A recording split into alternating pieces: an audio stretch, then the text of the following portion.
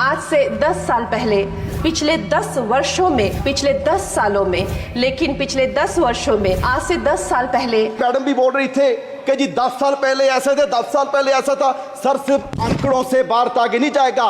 अगर पूरी दुनिया में भारत की पोजीशन देखनी है तो हैप्पीनेस इंडेक्स में हम 2016 में 118वें नंबर पर थे और अब 126वें नंबर पर चले गए। ग्लोबल हंगर में हम 111वें नंबर पर हैं 125 देशों में।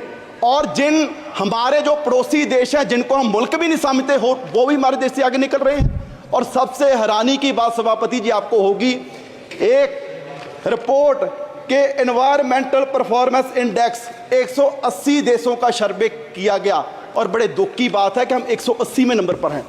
एक देश भी हमसे पीछे नहीं। और हम कह रहे हैं कि जी हम विश्व गुरु बनेंगे। सर सिर्फ बातों से विश्व गुरु नहीं बनेंगे।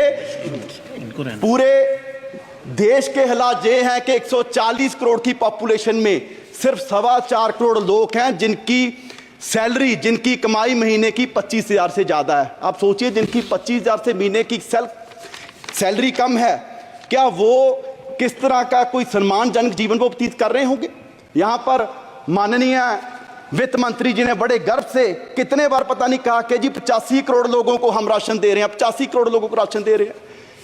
ये कोई गर्व की बात नहीं, मुझे लगता है कि सरकार के लिए शर्म की बात है कि पिछले 10 साल में आप 85 करोड़ लोगों को गरीबी से बाहर निकाल पाए और आप इसकी चीज को बड़े गर्व से बता रहे हैं।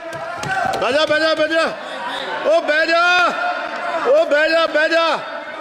और सर ऐसे देश आगे नहीं बढ़ेगा। और सर अगर मैं लास्ट में अपने क्षेत्र पंजाब की बात करूं, क्योंकि सर वैसे तो किसी प्रदेश का ध्यान नहीं रखा गया, अगर मैं पंजाब की बात करूं, सर फ्लड्स के लिए बजट आपने लॉट किया। आपने कहा जी शाम में फ्लड्स आए, बिहार में फ्लड्स आए, उत्तराखंड में फ्लड्स आए, हिमाचल में फ्लड्स आए। क्या सर पंजाब देश का हिस्सा नहीं है? जो बारिश उत्तराखंड में हुई, हिमाचल में हुई, क्या वो पहाड़ों में रुक जाएगी? वो सारी बारिश का पानी पंजाब में आया और 1680 करोड़ का नुकसान पंजाब का हुआ।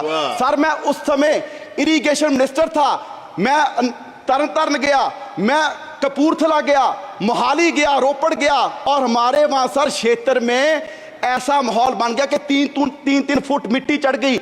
और वहां मैं दावे से कह सकता हूं कि अगले 20 साल भी वहां खेती नहीं हो सकती। और सर 2 मिनट। और सर मैं पंजाब के पॉइंट ऑफ व्यू से कहूं, इतनी नफरत पंजाब से क्यों है?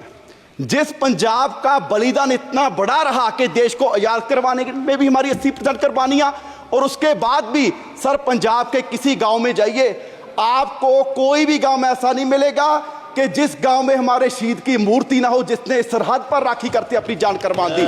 आज भी कोई दिन नहीं होगा कि तिरंगे में लिपटी लाश हमारे नौजवानों की हमारे गांव में, हमारे पंजाब में ना आती हो। और उसका आप जिक्र तक नहीं करते।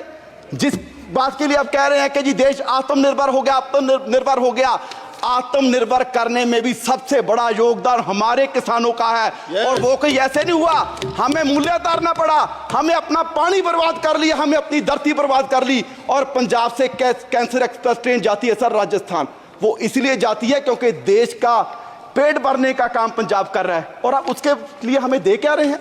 हमारी झांकियां तक आपने 15 का 26 जनवरी में से निकाल दी।